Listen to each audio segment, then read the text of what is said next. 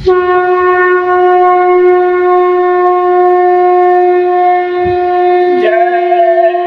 गुरुदेव, जय गुरुदेव। मेहनत और ईमानदारी अपनाओ, खोई बरकत वापस पाओ। नशा मुक्त हो शाकाहार अपनाओ, रोग दोष से मुक्ति पाओ। गुरुदेव। दूसरों के मदद की जरूरत नहीं, मुझको केवल तुम्हारी मदद चाहिए।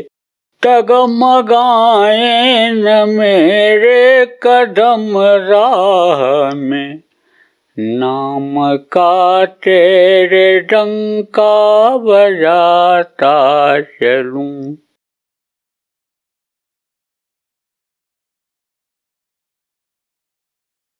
बहुत से लोगों को, प्रेमियों को नामदान मिल गया। आपको भजन करना चाहिए, जीवात्मा का कल्याण करना चाहिए। जब जो नाम मिला उस नाम की जब कमाई करोगे तब ये समझो काम क्रोध लोभ मोह अहंकार ये ढीले पड़ेंगे। आप ये समझो ये जब नाम की संख्या इनको सुंघाओगे तब ये जो आपके अंग अंग को प्रभावित कर रहे हैं ये सब ढीले पड़ेंगे, तब आपका काम बनेगा। और नहीं तो इस समय पर और कोई रास्ता नहीं है तकलीफ़ों को दूर करने का। जिनको नहीं मिला नामदान उनको खोजना चाहिए, और खोज करके ऐसे को कि जो रास्ता भी बतावे और रास्ते पर भी चलावे और मंजिल तक भी पहुंचावे, ऐसे रास्ता बताने वाले को, जिनको गुरु सदगुरु कहा गया, खोज कर लेना चाहिए और खोज करके करना चाहिए कि जिससे मनुष्य शरीर ये जो अनमोल बताया गया, जिस काम के लिए दिया गया वो काम पूरा हो जाए, जिसको कहते जीवन सार्थक हो जाए। तो प्रेमियों, आप लोगों को समझना चाहिए कि जैसे कहा गया कि मनुष्य परिस्थितियों का दास होता है। अब इस समय पर आप समझो पूरे देश में ही नहीं, विश्व में समझो एक आध दो देश भले बाकी बचे हों, बाकी सभी देशों में बीमारी फैली हुई है, कोरोना फैला हुआ है। तो इससे बचना और बचाना ये दोनों जरूरी है। खुद भी बचो और दूसरे को भी बचाओ। कैसे बचेंगे, किस तरह से दूसरों को बचाएंगे, इसको भी जानने की ज़रूरत है। तो इसके लिए तो ये जो सरकारें हैं जगह जगह वो सब निर्देश देती रहती हैं कि इस तरह से हाथ धो, बराबर धोते रहो, दूरी को बनाए रखो, नज़दीक में मत जाओ, और भी प्रकाशन देते रहते हैं। तो उसको समझने की ज़रूरत है, करने की ज़रूरत है। भूखे दुखे को रोटी खिलाना, पानी पिलाना, ये पूरे का काम बताया गया। तो उसको भी बराबर जितना हो सके आप सब लोग करते रहो। बहुत से लोग मजबूर हो जाते हैं, परिस्थितियाँ ऐसी आ जाती हैं, कहीं फंस जाते हैं। कोई कमी नहीं है, सब कुछ खाने पहनने को है, लेकिन परिस्थिति ऐसी बन गई कि पहुंच नहीं सकते, खा पी नहीं सकते, पैसा ख़त्म हो गया, बाज़ार बंद है, आप ये समझो कोई चीज़ खरीद के नहीं खा सकते, बना बनाया चीज़ नहीं मिल पाता है। तो उनकी मदद करनी चाहिए, क्योंकि प्यासे को जब पानी मिलता है तो ज़्यादा महत्वपूर्ण होता है। भूखे को रोटी खिलाना ज़्यादा महत्वपूर्ण होता है, ज़्यादा पुण्य होता है। जिसके पास है उसको आपने दे दिया तो आप समझो कि वो उतना पुण्य नहीं होता है, उसके पास तो है ही। आप समझो जिसके पास नहीं है उसको दे दो तो पुण्य का काम होता है। और जैसे कहते हैं हम परोपकार करते हैं, धर्म करते हैं, लड़की की शादी किया, बहुत खर्चा किया, तो वो पुण्य का उतना काम नहीं है जितना दूसरे की लड़की के शादी में भोजन करा दिया, दूसरे की शादी करवाने में मदद कर दिया दूसरे की लड़की की, उसमें पुण्य है। वो ज़्यादा परोपकार कहलाता है, वो परमार्थी काम कहलाता है। और यह तो स्वार्थ परोपकार है। परोपकार तो मान लो थोड़ी देर के लिए, लेकिन यह स्वार्थ का है। जिसके पास नहीं है खिला दोगे वो परोपकार होगा। जो मेहमान आया उसको खिलाओगे तो वो भी आपको खिलाएगा, तो वो गृहस्थ धर्म माना जाएगा। देखो प्रेमियों, ये जो जातिवाद है और ये जो कौमवाद है और जो एरियावाद है और भाषावाद है, यह नाश करने वाली चीज़ है। समझाओ लोग, इसको अगर बढ़ावा मिलेगा तो यह नाश करेगा। आदमी से घृणा क्यों करते हो?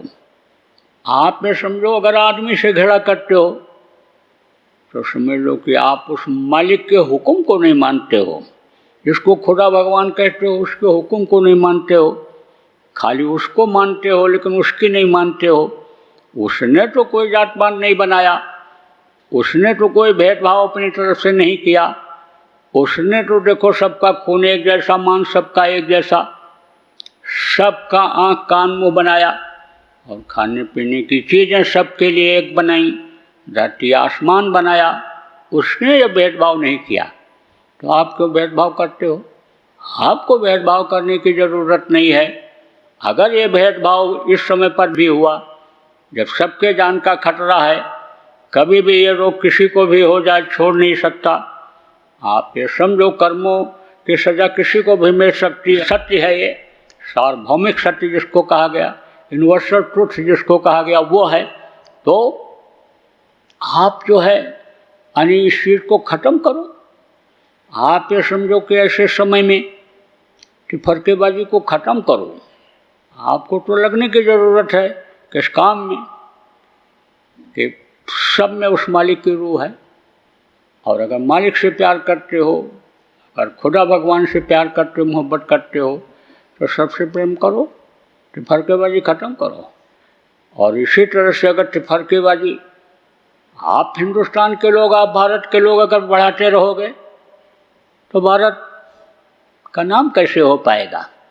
इस वक्त तो आपको भारतवासी बनना है, न कि हिंदू बनना है, मुसलमान बनना है, न कि ईसाई और सिख बनना है, न कि आपको अपनी प्रेस्टीज बनानी है। तो जब आप डॉक्टरों के ऊपर हमला करोगे, सफाई कर्मचारियों के ऊपर हमला करोगे, जब आप यानी पुलिस वालों पर हमला करोगे, तो आपकी रक्षा कौन करेगा? ये तो सब रक्षक ही हैं। सफाई कर्मचारी अगर गंदगी को न साफ कराएं तो वही गंदगी और बीमारी को बढ़ा देगी।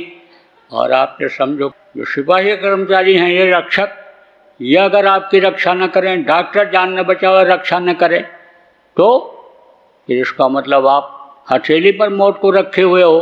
कभी भी मौत आ जाए आप उसको निमंत्रण दे रहे हो। इसलिए आपको तिफरकेबाजी भूल जाना चाहिए।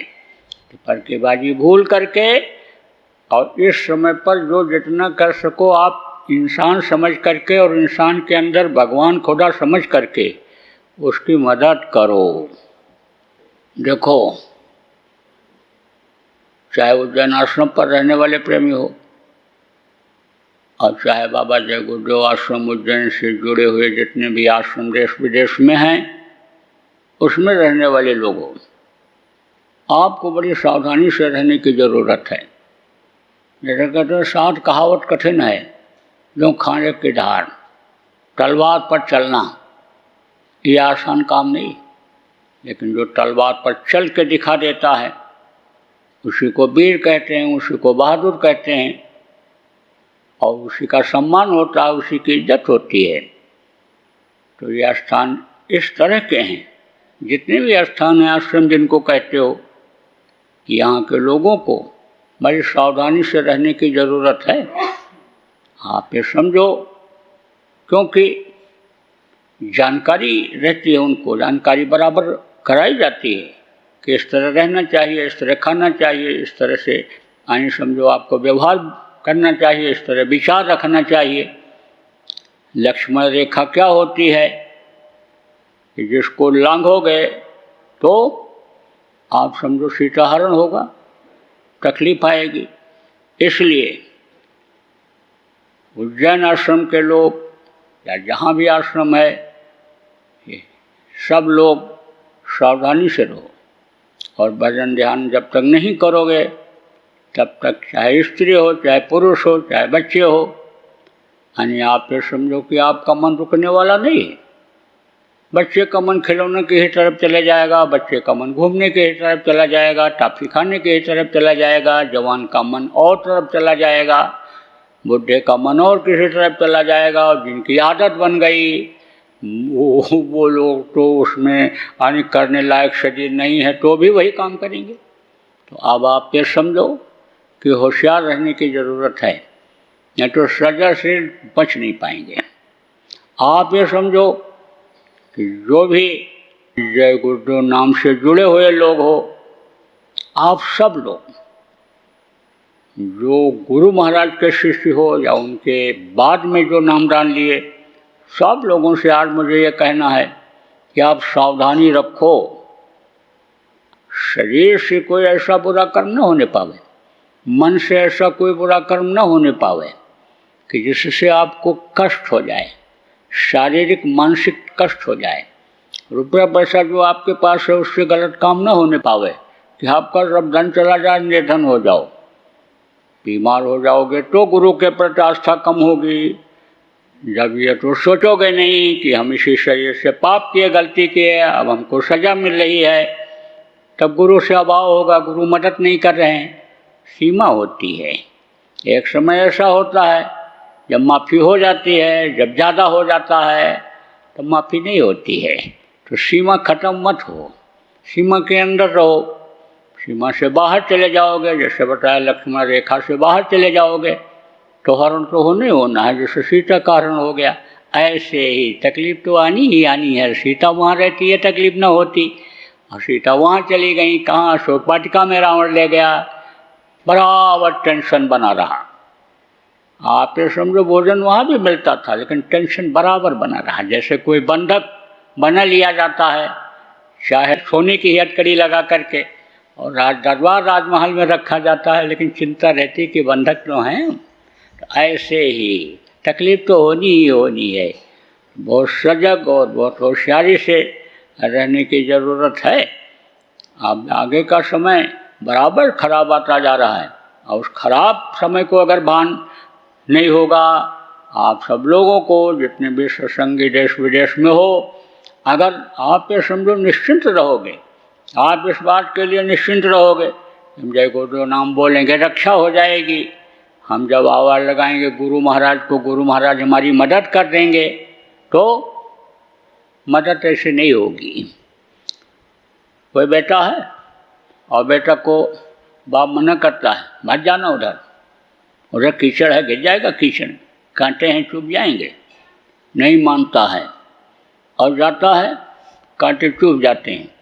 आता है रोता हुआ तो बाप मुँह उधर फेर देता है, कहता रो लेने दो। जब नहीं मानता है तो क्या करें हम, कीचड़ में फंसा रहता है, गिर गया कीचड़ में, लग गया।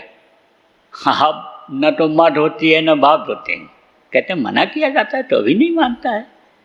और जब कीचड़ लगती है तो पैर में ही लगा, लेटरिन पड़ी है, गंदगी पड़ी है, पैर में लग गया, तो बच्चा क्या करता है, उसको से छुड़ाता है ऐसे ऐसे, और छुड़ाता है तो हाथ में भी लगता है, और फिर उसके बाद ऐसे कपड़े में पोंछता है ऐसे, और फिर सूंघता है, नाक खिलाता, मुँह में भी लगता है, नाक में भी लगता है। तो तनिक सा कीचड़ अगर लग गया तो वो पूरे बदन में लग जाता है। इसलिए कीचड़ से बचना चाहिए। जब यह है कि कीचड़ की तरफ जाओ ही नहीं तो क्यों कीचड़ की तरफ जाते हो, पढ़ने के लिए जाओगे तो लगेगा, गिरेगा, चेहरा भी खराब होगा, कपड़े भी खराब होंगे, कोई आने घर का प्यार नहीं करेगा। जब तक सफाई धुलाई नहीं होगी तो सफाई धुलाई कौन करेगा, जो मना करता है। आप ये समझो उसी की बात नहीं मानते हो तो सफाई धुलाई कौन करता है, कौन करेगा। ऐसे गंदे पड़े रहोगे ऐसे ही। बोलो जय गुरुदेव।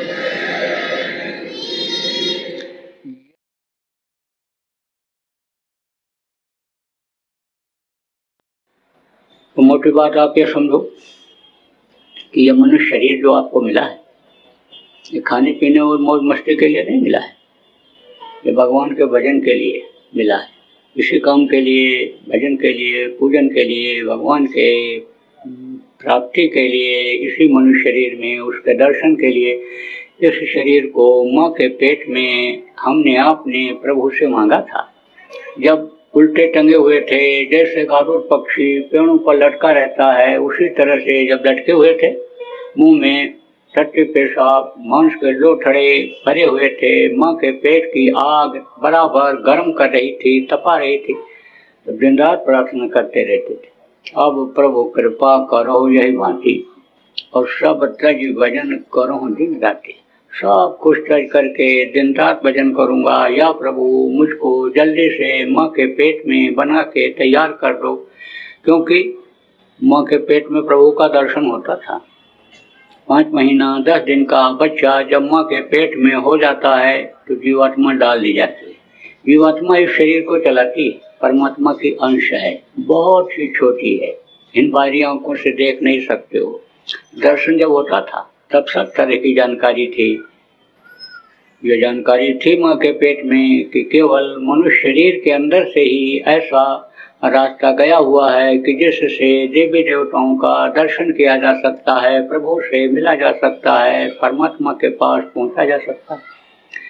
ये मालूम था कि देवताओं के शरीर के अंदर ऐसा कोई रास्ता नहीं है कि जिससे उस सर्वशक्तिमान परमात्मा, जिसने देवी देवताओं को भी बनाया, जिसके मसाले से देवी देवता बने, जिससे ब्रह्मा विष्णु महेश बने, जिससे इन तीनों की माँ आद्या महाशक्ति बनी, इनके पिता निरंजन भगवान जिनको कहा गया वो बने। यानी यह मालूम था कि उनका दर्शन देवता नहीं कर सकते, इसीलिए न समान न कौनो देहि जीव चराचर जाचते हैं, देवता मांगते रहते हैं कि थोड़े समय के लिए मनुष्य शरीर में जाता तो हम प्रभु की प्राप्ति कर लेते, मालिक के पास पहुंच जाते, इस जीवात्मा को मुक्ति दिला देते, मोक्ष दिला देते, जन्मने और मरने की पीड़ा फिर न झेलनी पड़ती। क्योंकि जन्मते वक्त और मरते वक्त देखो बहुत तकलीफ होती है, बहुत कष्ट होता है, बच्चा रोता हुआ पैदा होता है, और देखो मरते समय भी हड्डी हड्डी किसी किसी की चटकती है, आँख की रोशनी खत्म हो जाती, कान से सुनाई नहीं पड़ता, बहुत से लोगों का टट्टी और पेशाब तक हो जाता है। जो बुरे कर्म में ही लगाए रहते हैं शरीर को, उनको बड़ी तकलीफ के साथ प्राणों को निकालना पड़ता है, निकलते हैं उनके प्राण। तो जन्मने और मरने की पीड़ा से बचाया जा सकता है। देवता ये प्रार्थना करते हैं कि हम फिर मृत्युलोक में ना जाएं, पुण्य क्षीर मृत्युलोक के, जब पुण्य क्षीर हो जाए मृत्युलोक में आना पड़ता है देवताओं को, मनुष्य शरीर धारण करना पड़ता है, लेना पड़ता है। तो वो ये प्रार्थना करते रहते हैं कि थोड़े समय के लिए भी हमको मनुष्य शरीर में जाए तो हम अपना काम बना लें, इसको मुक्ति दिला दें, मोक्ष दिला दें। तो मुक्ति मोक्ष किसको कहते हैं? शमशान घाट की तरफ जाओ तो देखो कहीं कहीं लिखा रहता है मुक्ति धाम, मोक्ष धाम। अब कोई मुर्दा लेकर के जाए, 2 दिन लग जाए, 3 दिन लग जाए, जलाने में कोई दिक्कत हो तो वापस लाता है? कभी नहीं लाता। मुर्दा जला करके ही आता है, कहता है इनको हम मुक्ति दिला करके ही चलेंगे। तो शरीर को तो मुक्ति हो जाती है। आप ये समझो कि ये मिट्टी का खिलौना कहा गया, ये मिट्टी में मिल जाता है, चाहे जला करके मिट्टी में मिला दो, चाहे इसको जमीन के अंदर गाड़ करके मिट्टी में मिला दो, ये तो यानी इसको तो मुक्ति मिल जाती है, लेकिन जीवात्मा को मुक्ति नहीं मिलती, जीवात्मा फंस जाती है। जब तक जीवात्मा को अपने घर अपने मालिक के पास पहुंचाने का प्रेमियों कोई काम नहीं करो। तो माँ के पेट में सारी जानकारी थी कि मनुष्य शरीर के अंदर से ऐसा रास्ता गया हुआ है, और जब कोई रास्ता बताने वाले मिलेंगे, संत मिलेंगे, सतगुरु मिलेंगे, तभी हमको मुक्ति मोक्ष मिल पाएगा। तब वो कहता है, जीव माँ के पेट में बच्चा कहता है प्रभु से, परमात्मा जिसको कहते हो उससे कहता है कि आप हमको बाहर निकालो, जल्दी से तैयार करो, कृपा करो, मेहरबानी करो। और हम बाहर निकल करके होश संभालते ही समर्थ गुरु की तलाश करेंगे, सच्चे गुरु की तलाश करेंगे, रास्ता लेकर के दिन रात भजन करके अपनी आत्मा को आप तक पहुंचा देंगे। फिर हम इस माँ के पेट रूपी नरक में दोबारा नहीं आएंगे, दुख के संसार में हम जन्म नहीं लेंगे। सब लोग यही प्रार्थना करते रहे, लेकिन बाहर निकलने के बाद सब लोग भूल गए। बस इस शरीर के लिए ही सब कुछ करने में लगे हुए हो। खाने का इंतजाम, कपड़े का इंतजाम, घर मकान बनाते हो, बाल बच्चों को पढ़ाते लिखाते हो कि बुढ़ापे में 2 रोटी कमा करके लाएंगे, खिलाएंगे शरीर को। शरीर के लिए ही सब कुछ करते रहते हो, लेकिन शरीर का कोई भरोसा है? पहले तो उम्र पूरी करने के बाद ही लोग मरते थे, दुनिया संसार से जाते थे। इस समय पर तो घर से निकल करके आदमी बाहर जाए, कोई गारंटी नहीं है कि 2 घंटे के बाद ठीक ठाक वापस आ जाएगा। इस समय तो किसी के जीवन का कोई भरोसा नहीं। अब आप सोचो कि जिस चीज को आप अपना कहते हो ये आपका रह जाए? नहीं रह जाए।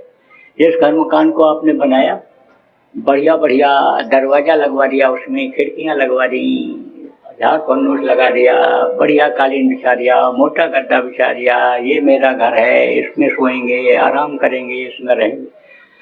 लेकिन जब समय पूरा हो जाएगा तब उसी घर के दरवाजे से आपके परिवार के ही लोग निकाल करके बाहर कर देंगे और सब लोग ये कहने लग जाएंगे कि भाई जल्दी करो, ले जाओ, इनको जलाओ, नहीं तो मिट्टी खराब हो जाएगी। इतने आदमी आप बैठे हो, किसी के शरीर के ऊपर हाथ रख करके कहो ये तुम्हारा मिट्टी है, तो कहेगा नालायक कहीं के, मिट्टी दिखाई पड़ रहा है तुझको?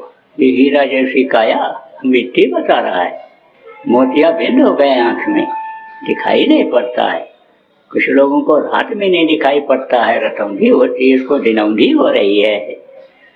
लेकिन इस शरीर को लोग मिट्टी ही कहने लगेंगे जब इस पिंजरे से ये पंछी जो बोल रहा है आत्मा ये निकल जाएगी तो इसको मिट्टी कहेंगे। अब आप ये सोचो कि आपके न तो शरीर की ये कीमत रह जाएगी, कुछ जानवरों का खाल निकाल करके बेच लेते हैं, हड्डी भी बेच लेते हैं, मांस भी लोग बेच लेते हैं, लेकिन मनुष्य का कोई चाम, चमड़ी यानी ये खाल और यह हड्डी या मांस काम आता है? आप देखो मांस खोरों से ही कहो कि ये देखो मुर्गा का मांस है, बकरा का है, ये देखो इसको बेचने आया हूँ, ले लो तो ले लेगा। लेकिन कह दो कि आदमी का मांस बेचने आया हूँ, आदमी का मांस ले लो तो मांस लेगा? अरे मारेगा, गाली देगा कि आदमी का मांस बेचने आया है। तो इसके से पूछो तो कोई कीमत नहीं है। कीमत तो उसकी रहती है कि जिस पिंजरे के अंदर पंछी रहता है। तोता जब रहता है तो पिंजरे की कीमत रहती है, तोता उड़ जाता है, पिंजरे को उठा करके कहीं फेंक देते हो, कोई कीमत रहती। तोता रहता है, पिंजरे को साफ करते हो, अंदर से बाहर से उसको साफ सुथरा रखते हो। ऐसे ही ये जैसे ही जीवात्मा निकलेगी इसकी प्रेम में कोई कीमत नहीं रह जाएगी। तो हम ये नहीं कह रहे हैं कि आप उल्टे लटक जाओ, कुछ खाओ ही नहीं, ये नहीं कहते हैं कि कांटों पर सो जाओ, ये नहीं कहते हैं कि आप गर्मी के महीने में चारों तरफ अग्नि जला करके मटके में आग रख करके सिर पर रख कर पंचाग्नि दो, इसको तपाओ, इसको गलाओ, ये सब मैं कुछ नहीं कहता हूँ। मैं तो कहता हूँ कि शरीर को आप साफ सुथरा रखो, इसको स्वस्थ रखो, खाने का इंतजाम कर लो, इस शरीर के लिए, तन ढकने के लिए कपड़े का इंतजाम कर लो, रहने के लिए आप वतन बना लो, मकान बना लो, आप अपना मान प्रतिष्ठा इज्जत समाज में बनाए रखने के लिए अच्छा काम कर लो।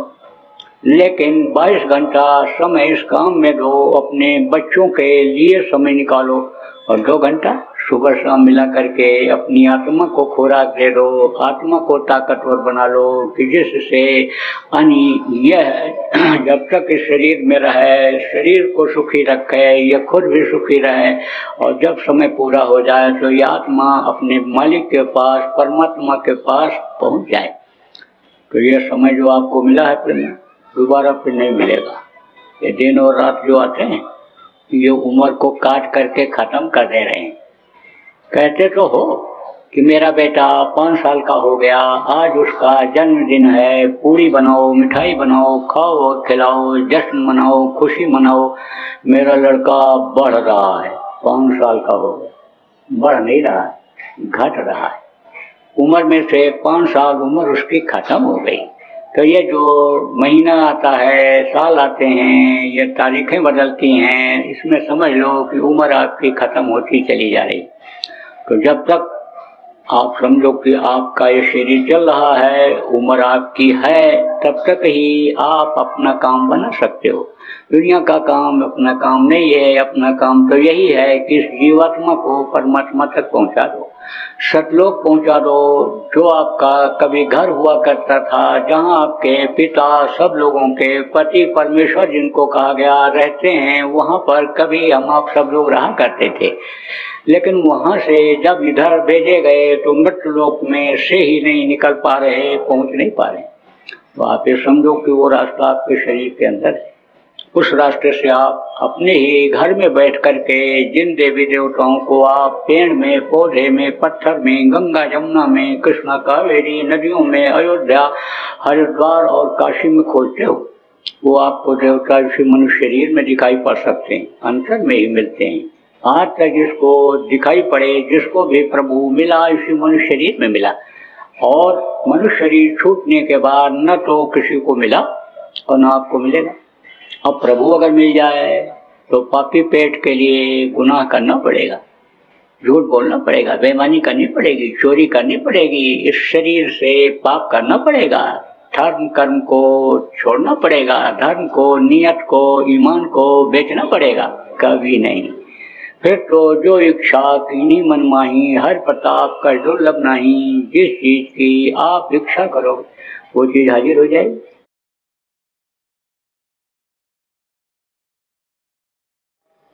अपने मन को उधर लगाओ, उधर की इच्छा पैदा करो, मालिक से मिलने की इच्छा पैदा करो, मालिक से प्रेम पैदा करो।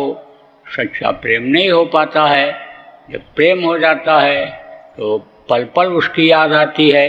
देखो, इस शरीर से और दूसरे को देखने से, दूसरे की बात सुनने से अन्य आदमी को प्रेम हो जाता है।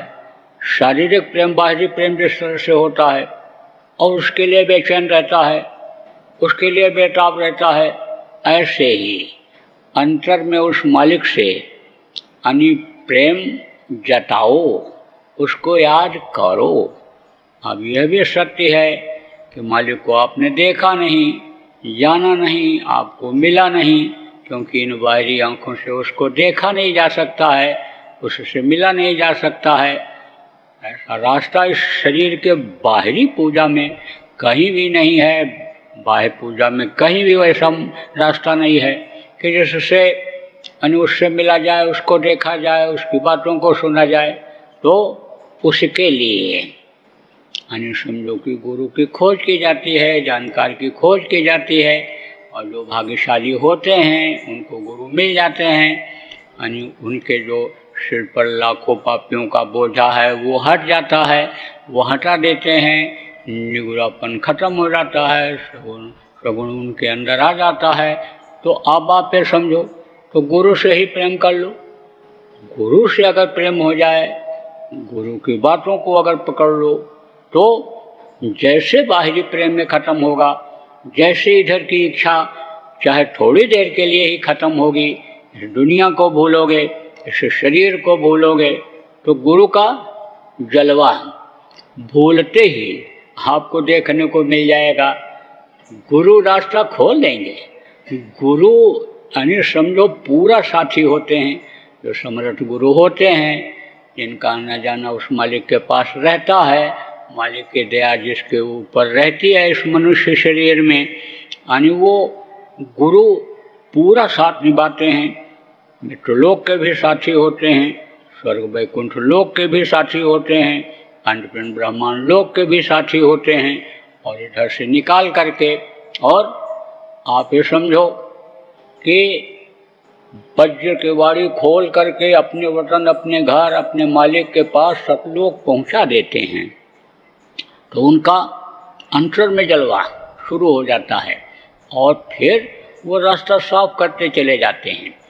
बिल्कुल ऐसे जैसे आप ये समझो कांटे हों, जैसे समझो रास्ते में गंदगी हो और हवा चलती जाए और वो रास्ता साफ होता जाए और आप आगे बढ़ते जाओ, ऐसे ही पथ प्रदर्शक कहा गया।